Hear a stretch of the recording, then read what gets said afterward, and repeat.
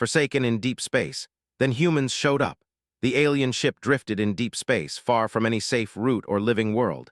Its hull was dark and scarred, marked by old damage that had never been repaired. Once it had been a proud survey vessel sent to explore distant systems.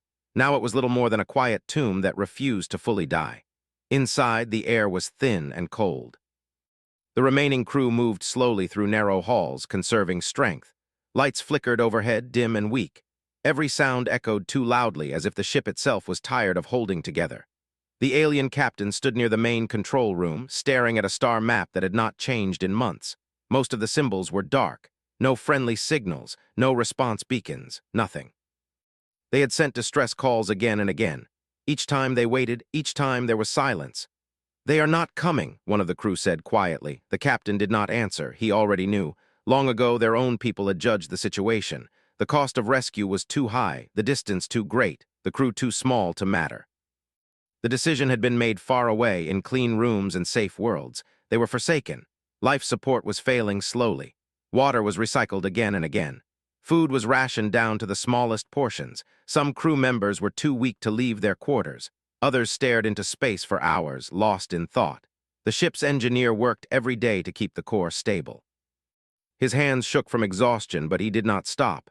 If the ship died, they all would.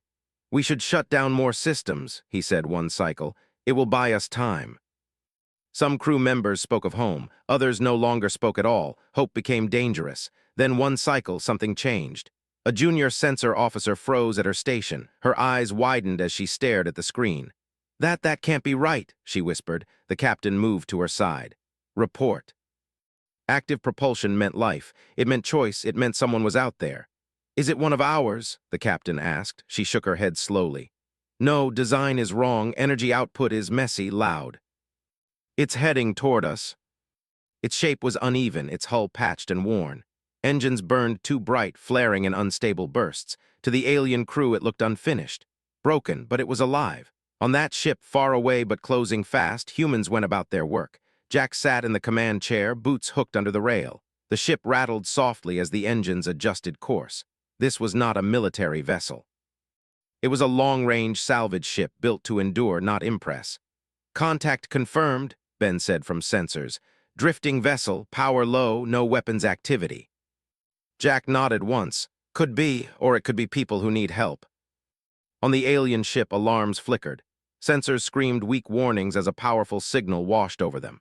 The crew tensed, expecting an attack. Instead, a signal came through. It was chaos, noise, light, shapes that made no sense, numbers flashing, repeating. Then an image, two ships, side by side, a pause, then the image again. "They are speaking," the engineer asked. "No," another crew member said. "They are shouting information." A strange being stood before the camera, upright, soft-looking, exposed face. It pointed to itself, then outward. Then it showed a symbol for assistance, followed by a symbol for sharing. The room filled with uneasy murmurs. "No one helps without reason," one crew member said. "Unless they are foolish," another replied. The captain felt something stir inside him. A dangerous feeling he had buried long ago. Hope. "We respond," he said. "But Captain." The two ships were not made for each other. Sizes were wrong. Angles didn't match. The alien hull curved where human connectors expected flat surfaces. Ava floated near the airlock in her suit, adjusting clamps by hand. "This is a mess," she muttered. "Who designs ships like this?" A thin stream of shared air flowed between the ships. The alien crew watched in silence as the outer hatch opened. A human stepped through first. He moved slowly, hands open, helmet visor clear. His movements were careful, respectful. Behind him came others carrying packs and tools. They looked small, soft, loud, but they did not look cruel. The alien captain stepped forward, heart pounding. He raised one long hand, copying the human's gesture. No words were spoken, but something passed between them. The humans set down supplies, power cells, medical kits, water. One alien touched a power unit as it activated. Lights across the ship brightened just a little. A sound escaped his throat, half disbelief, half joy. The humans noticed. One of them smiled. Medical scans followed. The humans worked gently, learning as they went. Their tools were crude but effective. They shared food carefully, watching reactions, adjusting. The alien crew watched in disbelief as these strangers gave without counting cost. "They do not ask for payment," the engineer whispered. "No," the captain said. "They do not." The humans spoke to each other constantly, voices calm, sometimes joking. They checked on each other, they argued lightly, they laughed. "They are strange," one alien said. "Yes," the captain replied, "but they came." He pointed to his own chest, then to his crew, then to the aliens, together. The captain felt his vision blur. His people had been left to die. These beings, so different, had chosen otherwise. Outside, far away, unseen by either crew, faint signals began to move.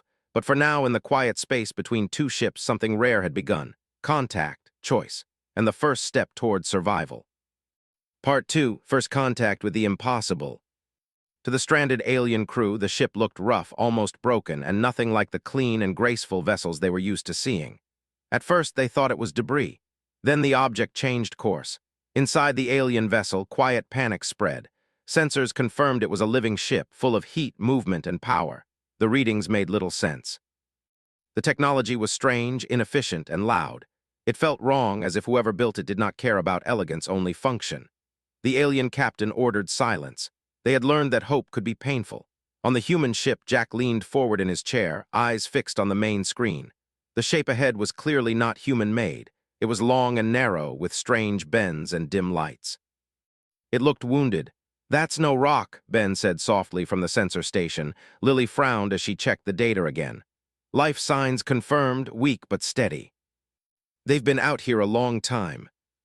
Its hull creaked under the strain, and the engines pulsed like a tired heart. On the alien vessel, alarms flickered weakly as new signals flooded their systems. The sounds were harsh and uneven, nothing like the calm tones they were used to. A communication burst came through. It was a mess of noise, images, and repeating patterns. The alien crew stared in disbelief. "They are not speaking," one of them said. "They are shouting." "Too different." But none could deny what they were seeing. "They are offering aid," someone whispered. "No one offers aid without cost," another replied. The captain studied the strange images again. The human faces were uncovered, exposed, showing emotion without restraint. Their eyes were sharp but not cruel. "We have nothing left to lose," the captain said. "Open response channel." The sizes were wrong. The angles made no sense. For nearly an hour, the crews worked in tense silence, adjusting clamps, extending arms, and improvising seals. Ava floated near the airlock, tools strapped to her suit. "If this blows, it'll be fast," she said calmly. "You always know how to cheer people up," Lily replied. Finally, the connection held. A thin line of shared air flowed between the two ships. Jack was the first through the lock. He moved slowly, hands open, helmet visor clear. The corridor beyond was dim and cold. Strange symbols lined the walls, and the air smelled sharp and unfamiliar. At the far end, figures waited. They were taller than humans, thin and long-limbed, with pale skin that caught the low light. Their eyes were large and dark. They looked fragile. For a moment, no one moved. Then Jack raised his hand in greeting. The alien captain stepped forward. His movements were careful, controlled. He raised his own hand in a way that mirrored Jack's gesture. No words were spoken, but understanding began. Lily and Ben joined Jack, carrying medical packs and power units. They set them down slowly, clearly, making sure the aliens could see everything. One of the alien crew members reached out, touched a power cell, and froze as it hummed to life. Their ship lights brightened just a little. A sound escaped the alien's throat, something between a gasp and a laugh. The humans did not need translation for that. Medical scans followed. The alien biology was different, but not impossible to understand. They were starving, dehydrated, exhausted, but alive. Ava worked beside an alien engineer, pointing, gesturing, sharing tools. They exchanged confused looks, then small smiles when something worked.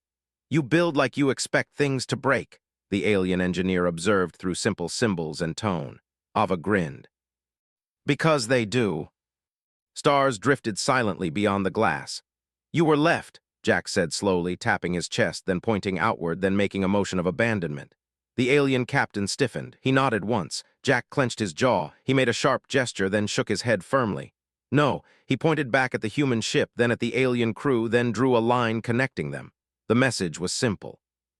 "We do not leave people behind." The alien captain closed his eyes. In that moment, something shifted, not just between two crews, but between two ways of seeing the universe.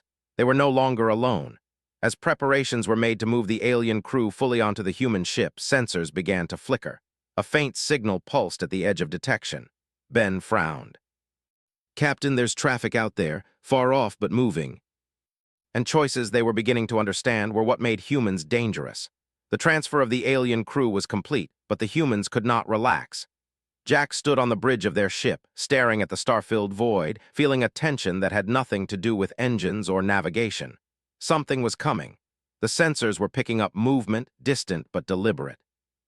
"What is it?" Lily asked, her voice tight. "Something big," Ben replied, scanning the readouts. "Not just debris, ships."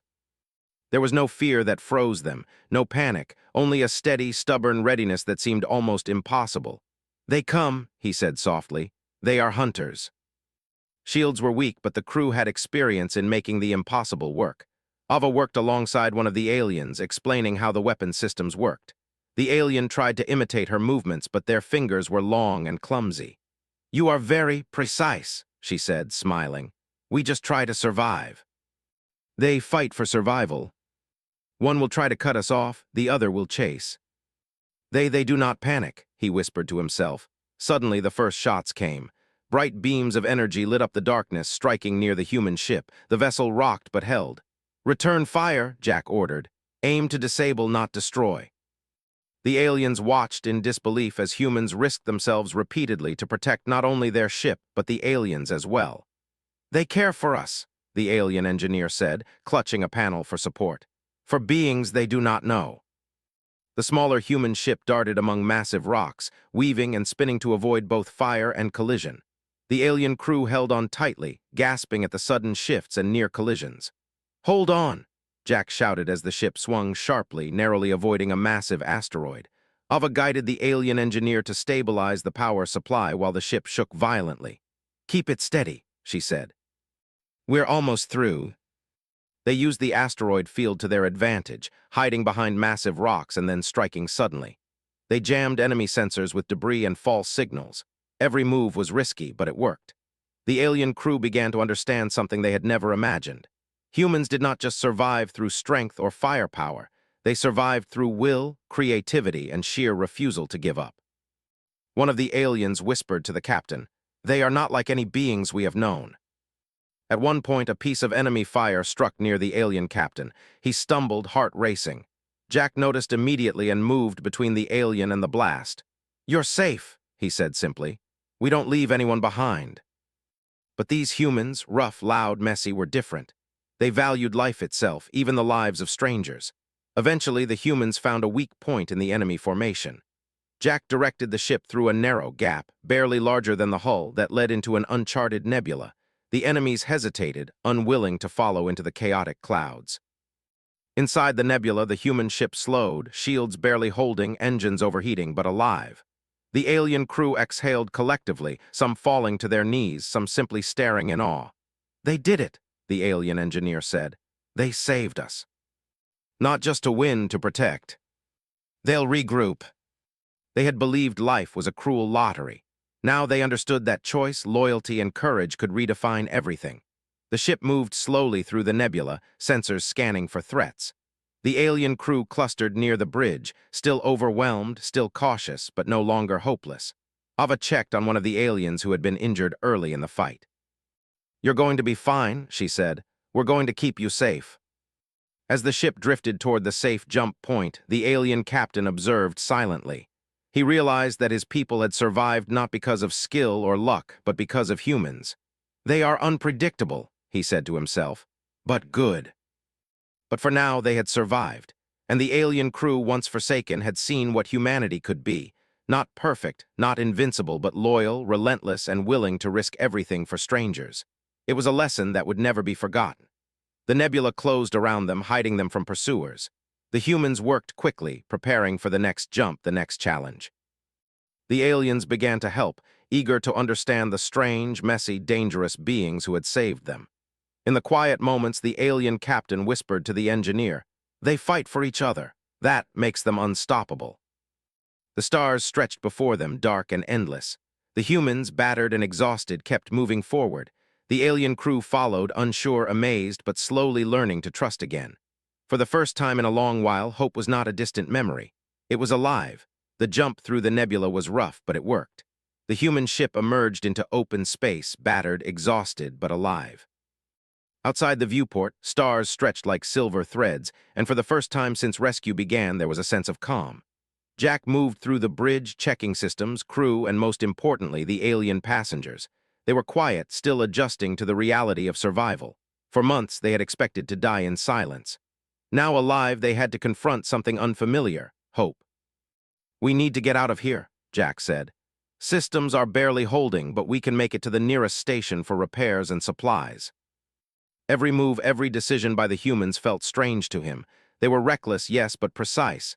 Dangerous, but careful. Brave, not for glory, but for survival and for others. "They would not abandon us," he whispered to the alien engineer beside him, "even if it costs them everything." "That is new to me." "Stay close to the bridge, follow instructions. That's all you need to do." The humans, however, moved naturally, adjusting dials, pressing buttons, guiding the ship with practiced hands. After what felt like endless seconds, the ship emerged in a quieter region of space. There were fewer stars, more shadows and signs of life, distant stations, small freighters, and the faint glow of nebula clouds. Jack exhaled, relief washing over him. "We made it. We've got space to repair your systems." They showed the aliens how to stabilize power systems, how to maintain life support, how to repair minor damage in their vessel. All the while, they shared food, water, and conversation.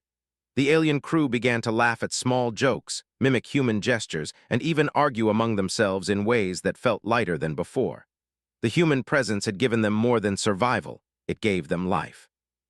During a quiet moment, Jack sat with the alien captain overlooking the repair bay. "Your people lost faith," he said, "not just in the stars, but in themselves." "They are dangerous," he said softly, "but good, very good." Lily checked the final readouts. "Systems stable, life support normal, we can move them safely."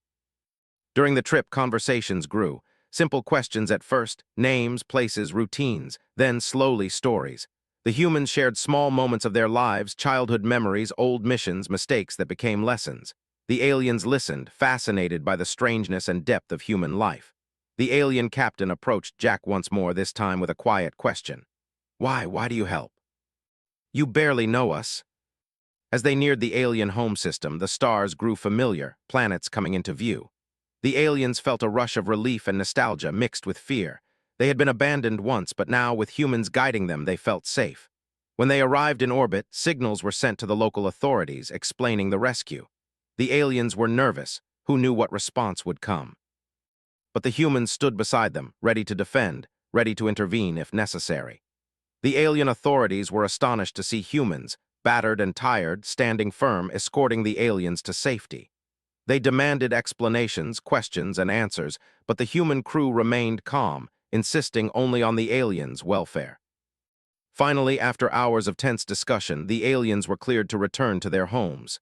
The alien captain looked at Jack, eyes heavy with gratitude. "You changed everything for us. We would have died. Your people, you are remarkable. I will remember this." As the human ship moved away, the alien crew gathered to watch. For the first time, they understood fully what had been missing from their lives: loyalty, courage, and a willingness to fight for what is right, no matter the cost. This is hope," the alien engineer said softly. "I have seen it for the first time. And it is terrifying and beautiful." "We did good today," he said. "Yeah," Lily said, smiling faintly. "We saved lives." But humanity had shown them another way. It was a way defined not by power, not by fear, but by courage, loyalty, and the stubborn refusal to leave anyone behind. And in the vast, silent reaches of space, that lesson would echo far beyond a single rescue. Humans were here. They were unpredictable, dangerous, and sometimes reckless. But above all, they were alive, loyal, and fiercely human. And the galaxy would never forget.